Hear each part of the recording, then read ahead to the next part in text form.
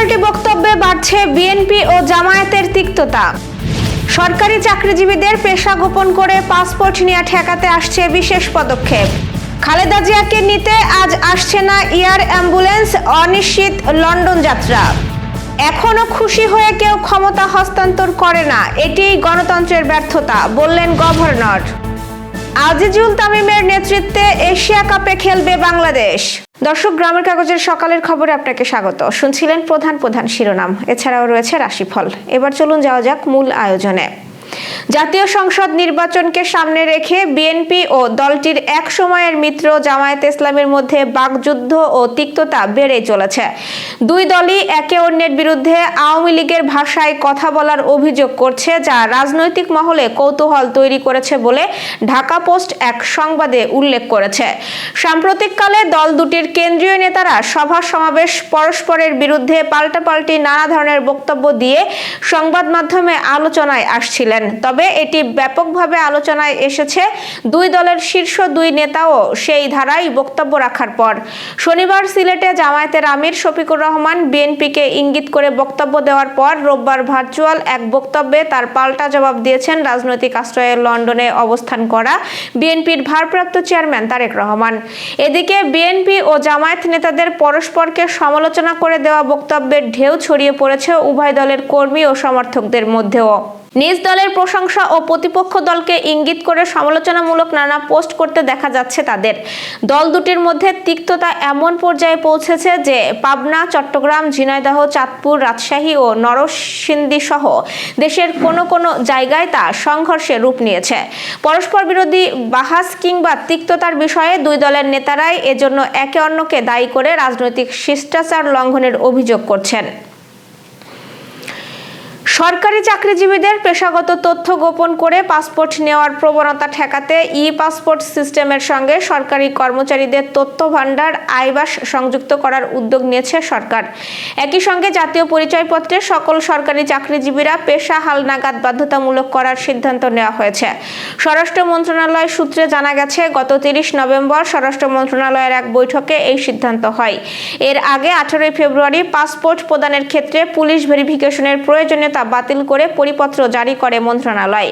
Passport সেবা সহজীকরণের অংশ হিসেবে সিদ্ধান্তটি নেওয়া হয়েছিল, তবে নতুন এই ব্যবস্থায় গুরুতর চ্যালেঞ্জ দেখা দিয়েছে বলে জানায় ইমিগ্রেশন ও পাসপোর্ট অধিদপ্তর। বিএনপির চেয়ারপারসন বেগম খালেদা জিয়ার উন্নত চিকিৎসার জন্য লন্ডন যাত্রা অনিশ্চিত হয়ে পড়েছে। সর্বশেষ তথ্য অনুযায়ী তাকে লন্ডনে নিয়ে যাওয়ার উদ্দেশ্যে কাতারের ব্যবস্থাপনায় নির্ধারিত এয়ার অ্যাম্বুলেন্সটি আজ মঙ্গলবার ঢাকায় অবতরণ করছে না। বেসামরিক বিমান চলাচল কর্তৃপক্ষের দায়িত্বশীল একটি সূত্র জানিয়েছে, জার্মান ভিত্তিক এফআই এভিয়েশন গ্রুপ তাদের এয়ার অ্যাম্বুলেন্সটি ঢাকায় অবতরণ ও উড্ডয়নের জন্য আগে নেওয়া অনুমোদন প্রত্যাহারের আবেদন করেছে। ফলে পূর্ব নির্ধারিত ফ্লাইটটি আজ আসছে না। এর আগে সংশ্লিষ্ট কর্তৃপক্ষ এই এয়ার অ্যাম্বুলেন্সকে আজ সকাল 8টায় ঢাকায় অবতরণের এবং একই দিন রাত 9টার দিকে খালেদা জিয়াকে নিয়ে উড্ডয়নের অনুমতি দিয়েছিল। এয়ার অ্যাম্বুলেন্সটি জার্মানির প্রতিষ্ঠান এফআই এভিয়েশনের হলেও এটি কাতারের আমিরের পক্ষ থেকে ভাড়া করা হয়েছিল। বিএনপির একটি সূত্র জানিয়েছে, খালেদা জিয়ার পরিবারের সদস্যরা আপাতত ঢাকায় তার চিকিৎসা চালিয়ে যাওয়ার পক্ষে মত দিয়েছেন। শারীরিক অবস্থার কিছুটা অগ্রগতি হলে পরবর্তী সময়ে তাকে বিদেশে নেওয়ার বিষয়টি নতুন করে বিবেচনা করা হবে। স্বাধীনতার 55 বছর পেরিয়ে গেলেও এখনো কেউ খুশি হয়ে ক্ষমতা হস্তান্তর করে না, এটি গণতন্ত্রের সবচেয়ে বড় ব্যর্থতা বলে মন্তব্য করেছেন কেন্দ্রীয় ব্যাংকের গভর্নর আহসান এইচ মনসুর। উন্নয়ন গবেষণা প্রতিষ্ঠান BIDS এর বার্ষিক সম্মেলনের শেষ দিনে এসব কথা বলেন তিনি। অনূর্ধ্ব 19 এশিয়া কাপের দল ঘোষণা করেছে বাংলাদেশ ক্রিকেট বোর্ড। 15 সদস্যের দলে যথারীতি অধিনায়কের দায়িত্ব পালন করবেন আজিজুল হাকিম তামিম। যুব এশিয়া কাপের জায়গা হয়নি আফগানিস্তানের বিপক্ষে সর্বশেষ সিরিজে খেলা দেবাশিস দেবার। সঙ্গে চোটের কারণে বাদ পড়েছেন পেসার আল ফাহাদ, জায়গা পেয়েছেন অফ স্পিনার শেখ পারভেজ জীবন। এছাড়া নিয়মিত খেলোয়াড়ই আছেন স্কোয়াডে। সঙ্গে 5 জনকে স্ট্যান্ড বাই রাখা হয়েছে। আগামী 12 ডিসেম্বর থেকে সংযুক্ত আরব আমিরাতে শুরু হবে যুব এশিয়া কাপ। দর্শক, এবার চলুন জেনে নিই কেমন যাবে আপনার আজকের দিন, অর্থাৎ 9 ডিসেম্বরের সম্ভাব্য রাশিফল।